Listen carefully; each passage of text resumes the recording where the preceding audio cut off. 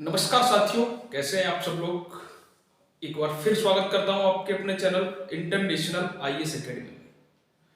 प्रिय दोस्तों, आपके लिए जैसा कि पता है, जियोग्राफी का एपिसोड नंबर फर्स्ट हमने आपको दिया, जिसमें जियोग्राफी का इंट्रोडक्शन हमने पूरा उसको देखा और उस इंट्रोडक्शन का एक बार रिवीजन करके हम आज के टॉपिक की तरफ आगे बढ़ेंगे। तो फिर से मैं वही कहूंगा कि हम सब लोग एक अच्छी सीरीज के साथ में उपस्थित हों और इस सीरीज को कंटिन्यू बनी रहे, इसके लिए मेरे साथ में आप लोगों को भी लगना पड़ेगा। तो उसमें एक मैंने आज रेशियो निकाला है कि हम सब लोग पहले पूरी क्लास को ठीक प्रकार से मैं पढ़ाने का प्रयास करूंगा और आप पढ़ने और समझने का प्रयास करेंगे। और इस क्लास के बाद में मैं 2 प्रश्न दूंगा आपके लिए और उन 2 प्रश्नों को आप सॉल्व करने का प्रयास करेंगे, उत्तर देने का प्रयास करेंगे। और जो विद्यार्थी इन दोनों प्रश्नों का उत्तर देगा, उस विद्यार्थी का हम अगली क्लास में नाम अनाउंस करेंगे। तो उसमें से आपका नाम अनाउंस के लिए अगली क्लास में हो सकता है। तो आप इस पूरी क्लास को ठीक प्रकार से देखेंगे और उस ठीक प्रकार से क्लास को देखने के बाद उसी से प्रश्न पूछे जाएंगे और उन प्रश्नों को आप अवश्य दें, जिससे कि आपका एक क्वेश्चन सीरीज का जो अभ्यास है वो हो पाए और एक अपने अंदर उत्सुकता का जागरण हो, जिससे कि हम विषय के प्रति थोड़ा सा आकर्षित हो और इस जियोग्राफी विषय के ऊपर अच्छी पकड़ हो। तो मेरा केवल जियोग्राफी पढ़ाना ही उद्देश्य नहीं है, मैं आपके लिए प्रति विषय को पढ़ाने का प्रयास करूंगा। लेकिन जियोग्राफी की द्वितीय सीरीज में एपिसोड नंबर ये आपके लिए 2 प्राप्त हो रहा है। तो इस सेकंड एपिसोड को व्यवस्थित रूप से हम ठीक ढंग से पढ़ने का प्रयास करेंगे और जो पहले प्रथम एपिसोड में जो हमने सीखा समझा है, उसको 2 मिनट में हम रिवाइज करते हैं। तो उसमें मैंने बताया था आपके लिए कि जो जियोग्राफी है, इसको 2 जगह डिवाइड किया था, जियो और ग्राफी।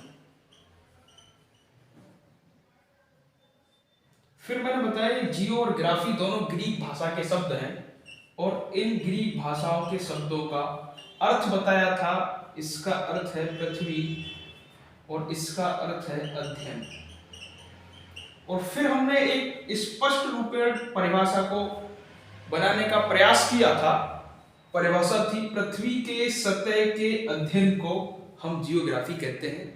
और इस परिभाषा को देने का काम एक भूगोल के जो विद्वान थे हेकेटियस, उन्होंने इस परिभाषा को देने का काम किया और इस परिभाषा पर अध्ययन करके इस भूगोल शब्द को एक अच्छे स्तर से जान करके एरिस्टोस्थनीज नामक व्यक्ति ने जियोग्राफी को एक विषय का सर्वप्रथम रूप दिया। तो हमने कल समझा था कि दोनों को भूगोल का जनक के रूप में हम स्वीकार करते हैं, हेकेटियस और एरिस्टोथनीज। तो ये पिछले एपिसोड में हमने देखा। आज हम व्यवस्थित रूप से सारी चीजों पर चर्चा करने वाले हैं और आगे हम जियोग्राफी का नेक्स्ट टॉपिक समझते हैं। आप लोग पेन पेंसिल लेकर बैठेंगे और जो भी कुछ आपके लिए बिंदु लगे कि ये नोट करने योग्य है, तो हम उसको नोट कर रहे हैं। बाकी आप के लिए मैं ऐसे प्रयास करूंगा पढ़ाने का, समझाने का, जिससे कि आप देखने मात्र से ही सारी चीजों को क्लियर कर पाए। तो चलिए स्टार्ट करते हैं जियोग्राफी में। तो अपना आज का जो टॉपिक रहेगा उसमें है अक्षांश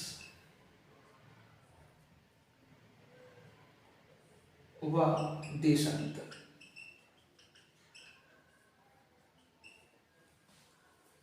इनको हम लोग इंग्लिश में लैटिट्यूड लाइंस तथा लॉन्गिट्यूड लाइंस के नाम से जानते हैं।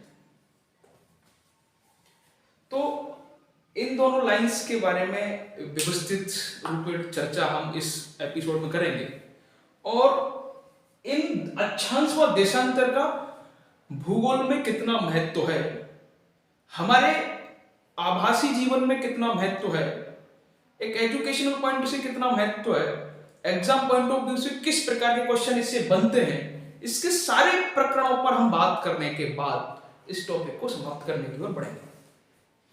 तो ये जो अपना अक्षांश व देशांतर है, जिसको हम लैटिट्यूड और लॉन्गिट्यूड बोलते हैं, इसको एक एक बिंदु को लेकर चलने वाले हैं। तो सबसे पहले हम अक्षांश पर बात करते हैं।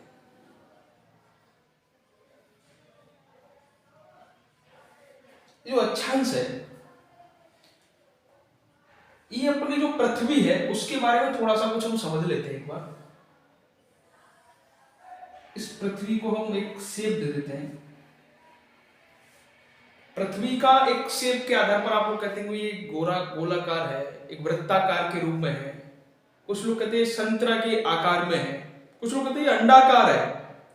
ये विभिन्न विभिन्न प्रकार के नाम से हम इसको आकलन करते हैं कि शायद ऐसी होगी, लेकिन वास्तविकता के रूप में देखा जाए तो पृथ्वी पर मरुस्थल पाया जाता है, पहाड़ पाए जाते हैं, झीलें पाई जाती हैं, तालाब हैं, बड़े बड़े पर्वत हैं, बड़े बड़े ऐसी चीजें पृथ्वी पर पाई जाती हैं कि उन चीजों को देखते हुए अगर हम पृथ्वी के एक शेप का आधार बनाएं तो शायद वृत्ताकार या गोलाकार रूप में नहीं बनेगा।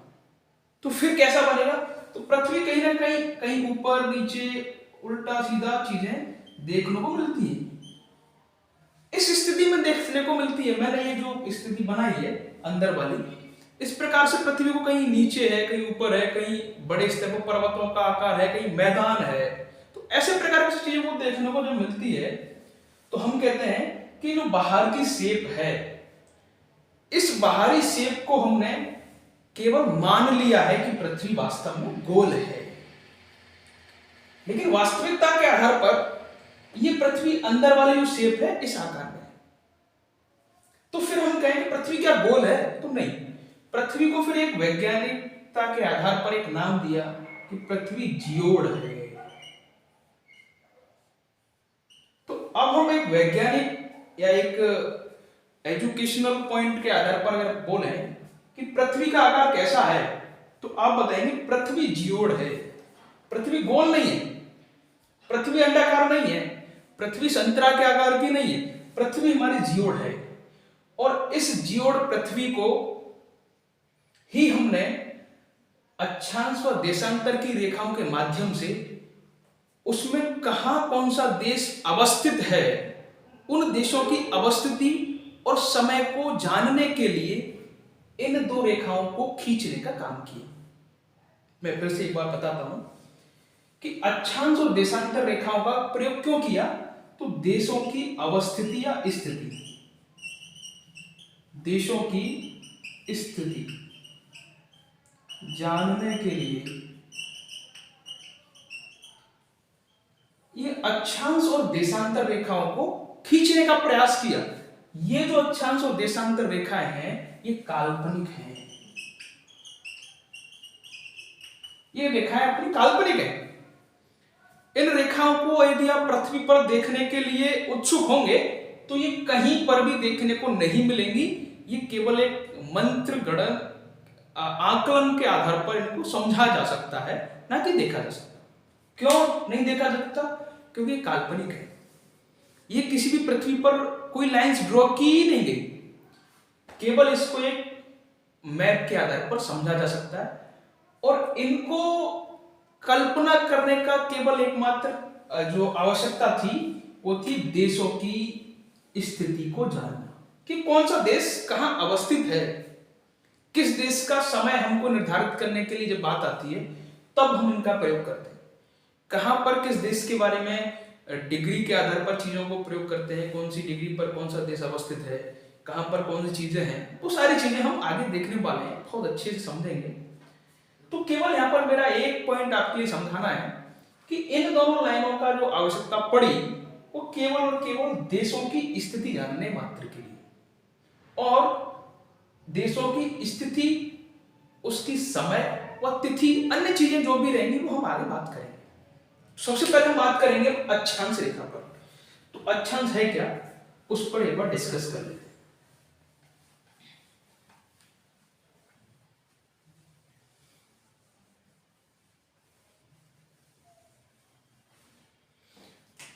अक्षांश रेखा, लैटिट्यूड लाइन, ठीक। एक बार फिर से हम पृथ्वी की जो काल्पनिक इमेज है उसको मान लेते हैं। ये हमारा पृथ्वी है, मान लेते हैं, ठीक। इस पृथ्वी के बिल्कुल मध्य से एक लाइन को ड्रॉ किया गया,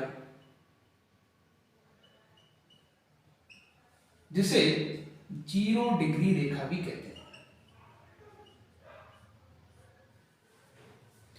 इस 0 डिग्री रेखा को, इस 0 डिग्री लाइन को ही अक्षांश रेखा का नाम दिया है। तो सबसे पहले तो हमें पता चल गया कि पृथ्वी के मध्य से जाने वाली रेखा को हम अक्षांश रेखा कहते हैं। अगर इसको थोड़ा सा और एक और पॉइंट ऑफ व्यू के आधार पर देखें, तो पहला पॉइंट तो हमने देखा कि मध्य से गुजरती है, ठीक है, ये मध्य से जा रही है, और ये मध्य से गुजरने के कारण ही इसका एक नाम और यहां पे दे दिया कि ये भूमध्य रेखा कहलाएगी। यानी भूमि को मध्य से विभाजित करने वाली रेखा को अक्षांश रेखा कहते हैं, भूमध्य रेखा कहते हैं, या 0 डिग्री रेखा कहते हैं। अगर हम बात करें हल्का सा कि इस पृथ्वी को जो बीच से डिवाइड कर रही है, तो 2 शेप में पृथ्वी विभाजित होती है। तो ऊपर वाली जो शेप है, ऊपर वाला जो गोलार्ध है, इसको हम उत्तरी गोलार्ध नाम दे सकते हैं, और जो नीचे बचा गोलार्ध है, इसको हम दक्षिणी गोलार्ध के नाम से जानते हैं। तो दूसरा हम पॉइंट कह सकते हैं कि अक्षांश रेखा, भूमध्य रेखा पृथ्वी को 2 गोलार्धों में विभाजित करती है, जिसमें एक गोलार्ध उत्तरी गोलार्ध है, दूसरा गोलार्ध दक्षिणी गोलार्ध है। यानी अक्षांश रेखा पृथ्वी को 2 गोलार्ध, पृथ्वी को 2 गोलार्ध में विभाजित करती है। कौन कौन सा? उत्तरी गोलार्ध और एक हो गया दक्षिणी गोलार्ध, उत्तरी और दक्षिणी गोलार्ध। यहां पर हमने 2 पॉइंट समझे कि एक तो मध्य से गुजरती है, इसलिए भूमध्य रेखा का नाम दिया, और फिर ये भूमध्य रेखा काम क्या करती है, तो पृथ्वी को 2 गोलार्धों में विभाजित करती है, एक उत्तरी गोलार्ध और एक दक्षिणी गोलार्ध। अगर हम थोड़ा सा आगे डिस्कस करते हैं, तो यहां पर थोड़ा समझने वाली बात है कि ये जो पृथ्वी है, इस पर ये जो अक्षांश रेखाएं हैं, तो ये रेखाएं इस पूरी पृथ्वी पर एक वृत्त का काम करती है, ऐसे करके वृत्त बनाने का काम करती है। ये वृत्त बनाकर आगे बढ़ती है, ऊपर भी वृत्त बनाने का काम ऐसे करती है। यानी पृथ्वी पर अक्षांश रेखाएं वृत्त बनाती, पूरा रोटेट होती घूमकर। तो पूरा जब वृत्त बनाती हैं, तो कितनी रेखाएं इस पृथ्वी पर वृत्त बनाने का काम करती हैं, तो उसको समझने से पहले हम एक बार और हल्का सा पॉइंट आउट समझ लेते हैं, थोड़ा चीजों को और क्लियर करने का प्रयास करेंगे। आपने एक चीज देखी होगी, मैं इसको फिर से ड्रॉ करने का काम कर लेता हूं।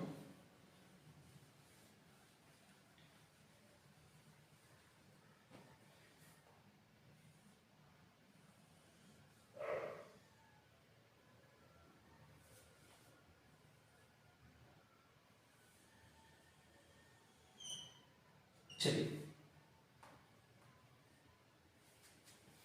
इसमें हमने एक बीच से रेखा को खींचा, जिसको 0 डिग्री नाम दिया। आपने ग्लोब देखा होगा टेबल पर लगा हुआ, तो हम इसको ऐसे करके बीच से खींचने का काम कर रहे हैं, लेकिन वास्तविकता के रूप में ग्लोब थोड़ा सा तिरछी स्थिति में देखने को मिलता है। इस स्थिति में यानी थोड़ा सा मोमेंटम के रूप में उसको दिखाई देता है। और अगर हम बात करें कि ग्लोब थोड़ा सा क्या है मूवमेंट की स्थिति में है, तो ये कितना मूवमेंट है, तो हम बात करते हैं कि पृथ्वी अपने अक्ष पर 23.5 डिग्री झुकी हुई है। ठीक, यानी जो पृथ्वी है वो अपने अक्ष पर 23.5 डिग्री झुकी हुई है।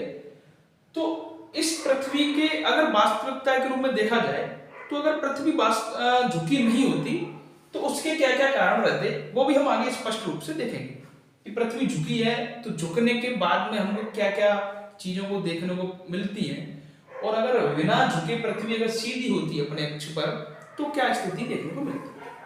तो हम यहाँ पर पहुंचने से पहले अभी हम डिस्कस कर रहे थे कि यहाँ पर हमारा 0 डिग्री अक्षांश रेखा है और ये वृत्त बनाती है अक्षांश रेखाएं। अक्षांश रेखा मान लीजिए ये पृथ्वी है तो इसके चारों तरफ से वृत्त बनाती है। एक वृत्त स्टार्ट होता है और पूरा 360 डिग्री का पूरा वृत्त बनाने का काम करती है अक्षांश रेखा। अब हम बात करते हैं आगे। तो अक्षांश रेखा के अगर ऊपर वाली साइड में हम देखने का काम करें, यहां पर अक्षांश रेखा 0 डिग्री से ऊपर थोड़ा सा बढ़ेंगे 23.5 डिग्री। 23.5 डिग्री की तरफ हम आगे बढ़ते हैं तो हमको ऊपर एक रेखा देखने को मिलती है जिसको हम कर्क रेखा का नाम देते हैं। इसको रेखा नाम अवश्य दे रहे हैं, लेकिन ये सारे वृत्त हैं। ये वृत्त का रूप लेकर पूरा रोटेट करने का काम करता है, पूरा घूमने कर वृत्त बनाती है रेखा। अगर हम अक्षांश रेखा के जस्ट नीचे आते हैं तो 0 डिग्री से 23.5 डिग्री अगर हम नीचे आएंगे तो यहां पर हमें कर्क रेखा देखने को मिली है।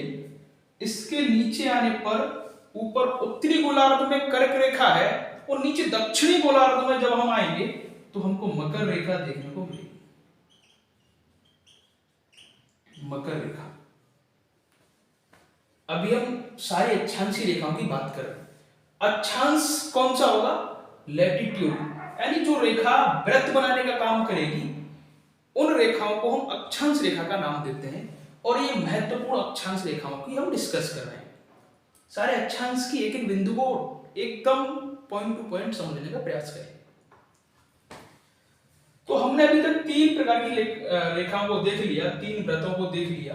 एक तो 0 डिग्री जिसे हम अक्षांश रेखा ही कहते हैं, भूमध्य रेखा कहते हैं, और फिर हमने दूसरा देखा 23.5 डिग्री दक्षिणी गोलार्ध में जिसे हम मकर रेखा कहते हैं, और 23.5 डिग्री उत्तरी गोलार्ध में जिसे हम कर्क रेखा का नाम देते हैं। अगर हम थोड़ा सा इससे और ऊपर चलते हैं तो यहां पर आता है 66.5 डिग्री। उत्तरी गोलार्ध में 66.5 डिग्री पर अगर हम बात करेंगे तो हमको यहाँ पे आकृतिक रेखा देखने को मिलती है। आकृतिक रेखा 66.5 डिग्री। 66.5 डिग्री उत्तरी गोलार्ध में बढ़ने पर हमें आकृतिक रेखा देखने को मिली। और 66.5 डिग्री ही अगर हम नीचे देखने का प्रयास करेंगे तो हमें अंटार्कटिक रेखा देखने को मिलती है। अंटार्कटिक रेखा या अंटार्कटिक वृत्त। और अगर हम ऊपर और नीचे देखें तो यहां पे 90 डिग्री ऊपर उत्तरी ध्रुव और नीचे भी 90 डिग्री दक्षिणी ध्रुव हमको देखने को मिलते हैं। तो यहां पे प्रश्न अगर आपसे पूछा जाए कि यहां पर पूरे इस अक्षांशीय आधार पर कुल कितने वृत्तों को खींचने का काम किया जाता है, तो सबसे पहले अगर हम बात करें तो जो अक्षांशीय रेखा है प्रति 1 डिग्री पर एक वृत्त खींचा जाएगा। प्रति 1 डिग्री पर एक वृत्त खींचा जाएगा तो 0 से अगर हम 23.5 डिग्री तक बात करें तो 23 वृत्त खींचे जाने वाले हैं। 24 डिग्री पर 24वां वृत्त। तो 0 डिग्री से 90 डिग्री तक अगर हम बात करें, 1 डिग्री से 90 तक, तो यहां पर 90 वृत्त हो गए। 1 से 90 दक्षिणी गोलार्ध में। और अगर हम उत्तरी गोलार्ध में बात करें तो 1 से 90 तक उत्तरी गोलार्ध में 90 वृत्त हो गई। फिर हम बात करें 1 से 90 तक की बात कर रहे हैं हम, और 1 से 90 तक नीचे बात कर रहे हैं। तो एक 0 डिग्री वाला तो हमने इसमें काउंट नहीं किया है, तो एक 0 डिग्री वाली अक्षांश रेखा या भूमध्य रेखा इसको कह सकते हैं, भूमध्य रेखा। तो 90 और 90 180 और 1 यानी 181 वृत्त, कुल वृत्त हमें अक्षांशीय वृत्त देखने को मिलते हैं। लेकिन हमने फिर एक चीज और देखा कि जो 90 डिग्री वाला जो 90वां वृत्त था उसको हमने ध्रुव रूप दे दिया, यानी ध्रुव नाम दे दिया। इसको दक्षिणी ध्रुव और ऊपर वाले को उत्तरी ध्रुव। तो जब हमने इन दोनों को ध्रुव का नाम दिया कि ये तो ऊपर वाला भाई उत्तरी ध्रुव है, नीचे वाला दक्षिणी ध्रुव है, तो इन ध्रुवों को हम वृत्त का नाम नहीं देकर ये ध्रुव अपना अपना अलग अलग काम करेंगे। तो हम इनमें से 2 ध्रुवों को हटा देंगे, -2 ध्रुव हटा देंगे। तो हमें कितना बचेगा? 181 में से 2 जाएगा तो 179। तो यहां पर हमारा एक चीज सॉर्ट आउट हुआ कि पृथ्वी पर अक्षांशीय वृत्तों की संख्या, अक्षांशीय वृत्तों की संख्या 179 है। 179 है कैसे, वो आप लोगों के लिए क्लियरली पता चल गया। इन 179 संख्या के आधार पर हम सारी चीजों को, इनके जो अक्षांशीय स्तर है पूरा हमको देखने को मिला। अब मैंने कुछ महत्वपूर्ण चीजों को यहाँ पे लिखा भी था, जैसे 0 डिग्री को हम अक्षांश रेखा या भूमध्य रेखा कहते हैं। 23.5 डिग्री पर कर्क रेखा उत्तरी गोलार्ध में मिलती है हमको। 66.5 डिग्री पर आकृतिक रेखा हमें उत्तरी गोलार्ध में मिलती है। 23.5 डिग्री दक्षिणी गोलार्ध में मकर रेखा को देखने को मिलती है। और 66.5 डिग्री दक्षिणी गोलार्ध में अंटार्कटिका रेखा देखने को मिलती है। और हमको 90 डिग्री उत्तरी गोलार्ध में उत्तरी ध्रुव और 90 डिग्री दक्षिणी गोलार्ध में दक्षिणी ध्रुव मिलता है। ये बहुत महत्वपूर्ण बिंदु हैं। एक एक बिंदु बहुत सटीकता के आधार पर हमको समझ में रखना है। तो 23.5 डिग्री ये मोमेंटम भी है, और 23.5 डिग्री ये हमको देखने को भी मिलती है इधर। तो अब हम इसके थोड़ा सा आगे रिलेट टू सन, यानी थोड़ा सूरज का भी आधार हम देख लें कि इसके आधार पर सूर्य की क्या मतगणना रहती है। अगर हम बात करें, हमारा जो सन है वो पृथ्वी से लाख गुना बड़ा है, लेकिन हम समझने के आधार पर इसको हल्का सा रखते हैं, छोटा सा।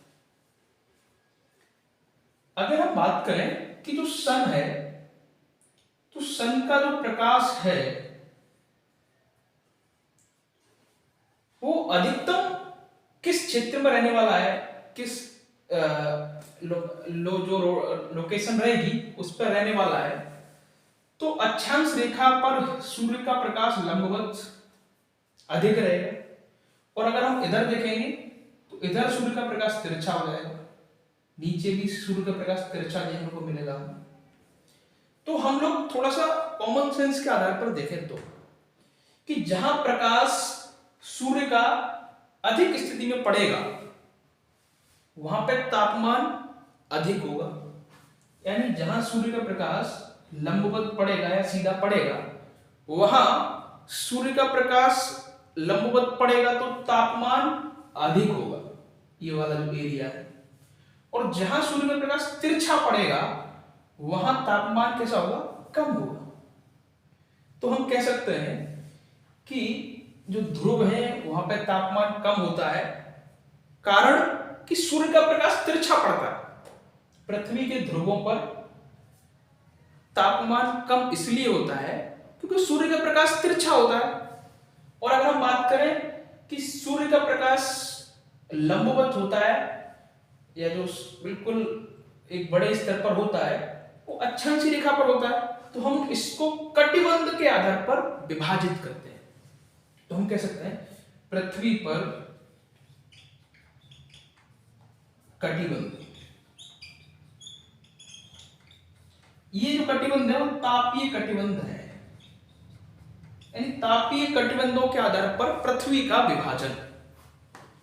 तो आप बताएंगे कि यहां पर जो अक्षांश रेखा है, मैं बाकी रेखाओं को इरेज कर देता हूं, एक बार इसको मैं ठीक से बनाने का फिर से प्रयास करता हूं, 1 मिनट का समय लगेगा आपको।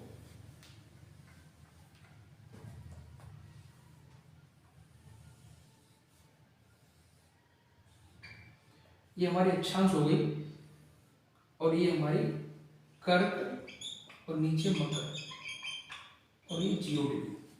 तो सूर्य का प्रकाश कर्क और मकर के मध्य अधिक रहने वाला है, तो कहने का अर्थ ये है कि यहां पर इसके दोनों के मध्य सूर्य का प्रकाश अधिक होगा तो तापमान भी अधिक होगा, तो इसको हम उष्ण कटिबंध का नाम देते हैं। उष्ण कटिबंध, तापीय आधार पर हम इसको विभाजित कर रहे हैं। उष्ण कटिबंध कहां से कहां तक रहेगा, तो 0 डिग्री से 23.5 डिग्री उत्तर में और 0 डिग्री से 23.5 डिग्री दक्षिण में उष्ण कटिबंधीय क्षेत्र हो गया। अगर हम इसको नीचे देखें तो कौन सी रेखा है, आप बताइए, अंटार्कटिका रेखा, अंटार्कटिक रेखा, और ऊपर है आर्कटिक रेखा। तो हम बात करें कि इन दोनों क्षेत्रों में प्रकाश कैसा रहेगा, तो हल्का सा तिरछा रहने वाला है, तो ताप थोड़ा सा क्या होगा, कम होगा अपेक्षाकृत कर्क और मकर रेखा के और 0 डिग्री के। यानी मकर रेखा से अंटार्कटिक रेखा क्षेत्र कितना 23.5 डिग्री से 66.5 डिग्री तक तापमान कम रहेगा अपेक्षाकृत 0 डिग्री से 23.5 डिग्री दक्षिणी गोलार्ध और 0 डिग्री से 23.5 डिग्री उत्तरी गोलार्ध। ये वाला एरिया 23.5 डिग्री से 66.5 डिग्री वाला, इसमें प्रकाश का जो प्रकाश आने का जो क्रम है वो कम रहने वाला है और नीचे भी कम रहने वाला है। तो कहने का अर्थ यह है कि यहां पर थोड़ा सा शीत भी रहेगा और गर्मी की मात्रा भी अपने स्तर पर ठीक ठाक रहने वाली है। तो इसको हम कह सकते हैं शीतोष्ण कटिबंध। और सेम कंडीशन ऊपर भी फॉलो होगी उत्तर में, इसको भी कहेंगे शीतोष्ण कटिबंध। ठीक है, अब हमने देखा कि ध्रुवों का जो बात रहने वाली है, तो यहां पर तो प्रकाश का आने का क्रम बिल्कुल तिरछा हो जाता है। जो सूर्य का प्रकाश है यहां पर आकर अपनी जो स्थिति है वो बिल्कुल बर्फ पड़ने का काम इन क्षेत्रों में होता है। तो आप कह सकते हैं सीधे सीधे कि यहां पर केवल और केवल शीत देखी जाती है, सर्दी देखी जाती है, बर्फ देखी जाती है, तो इसे हम शीत कटिबंध का नाम देते हैं। ऊपर भी शीत कटिबंध का नाम देते हैं।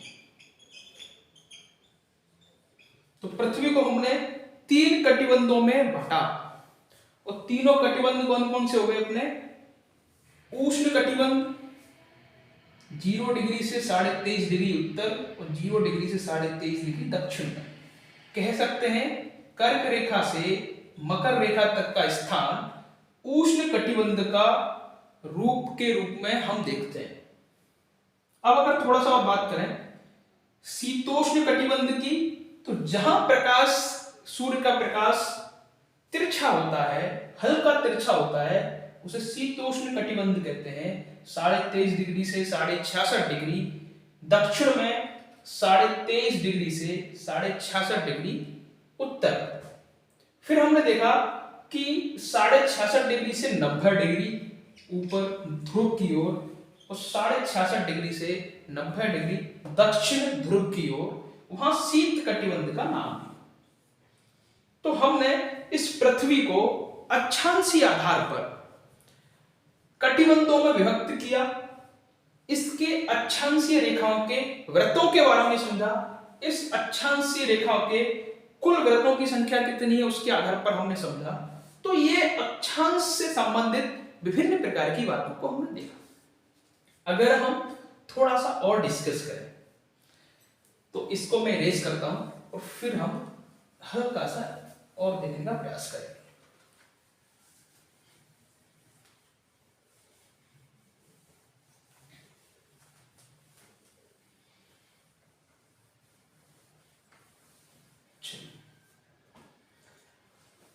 अपना ये सन है और ये फिर से पृथ्वी का बनाने का काम करते हैं। ये अपनी अर्थ है, ठीक। ये सन है और ये अर्थ है, इसमें 0 डिग्री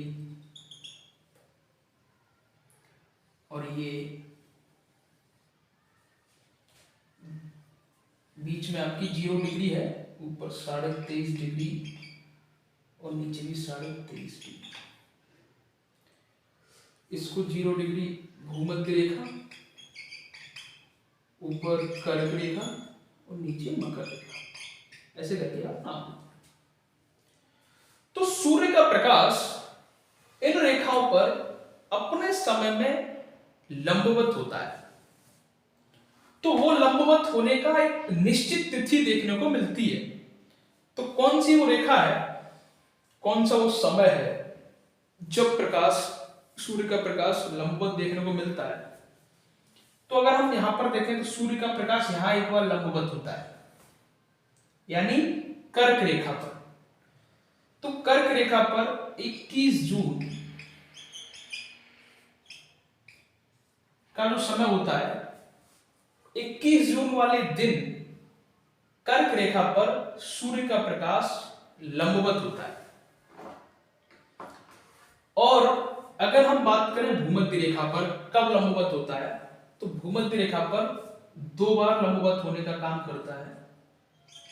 एक 21 सितंबर और 23 मार्च,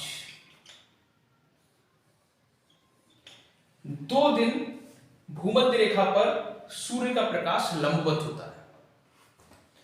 और अगर हम बात करें मकर रेखा पर तो इसमें 22 दिसंबर को भूमध्य रेखा पर, मकर रेखा पर सूर्य का प्रकाश लंबवत होता है।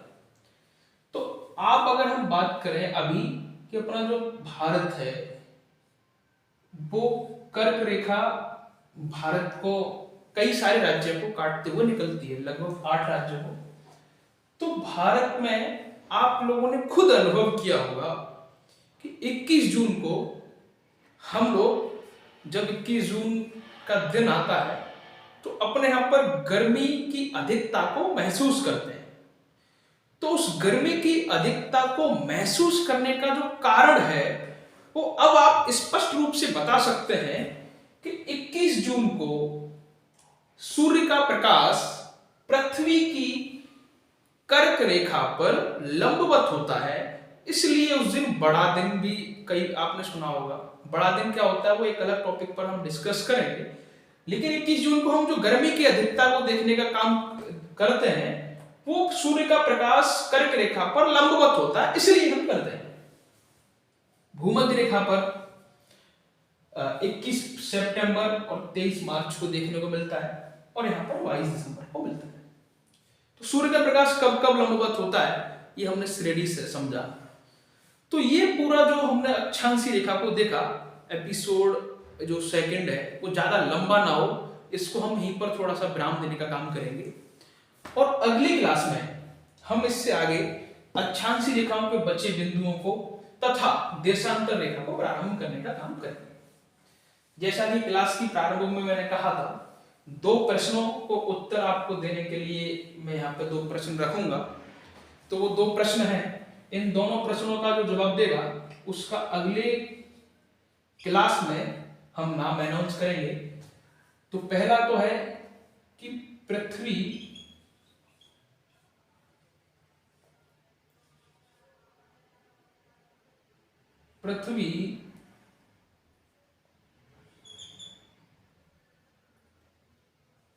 पर कर्क रेखा तथा आकृतिक रेखा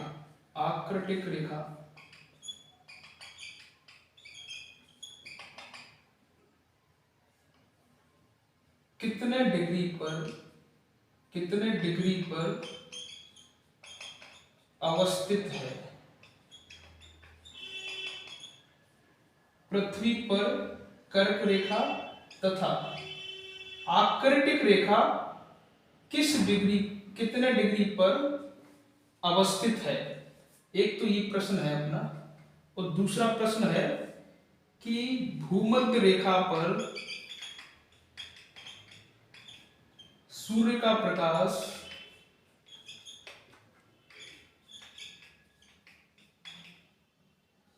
कब लंबवत होता है। दो प्रश्न है, पृथ्वी पर कर्क रेखा तथा आकृतिक रेखा, आकृतिक है, अंटार्कटिक नहीं बोल रहे हैं यहाँ पे, आकृतिक है, कितने डिग्री पर अवस्थित है या स्थित है। और भूमध्य रेखा पर सूर्य का प्रकाश कब लंबवत होता है। इन दोनों प्रश्नों के उत्तर आप कमेंट बॉक्स में हमें देने का काम करेंगे, और हम अगली वीडियो जो नेक्स्ट डे कल आने वाली है उसमें आप लोगों के नाम अनाउंस करेंगे। और मुझे विश्वास है कि आप लोग इन प्रश्नों का उत्तर देंगे। और आज जो चीजें हमने पढ़ाया, आपके लिए पढ़ाने का प्रयास, समझाने का किया है, इसमें यदि आपके लिए कहीं भी डाउट है तो उसको भी आप कमेंट में लिखने का काम करेंगे। आपको कहां पर, किस बिंदु पर और विशेष चर्चा के माध्यम से क्या चीजों की सुधार की और आवश्यकता है, वो भी आप बताने का प्रयास करेंगे। तो आप लोग अगर चैनल को सब्सक्राइब नहीं किया है तो उसको भी करने का काम करेंगे, जिससे कि हर आने वाली वीडियो की नोटिफिकेशन आप तक ठीक समय से पहुंच जाए। धन्यवाद, मिलते हैं नेक्स्ट वीडियो में। जब तक के लिए स्वस्थ रहिए, मस्त रहिए, पढ़ते रहिए।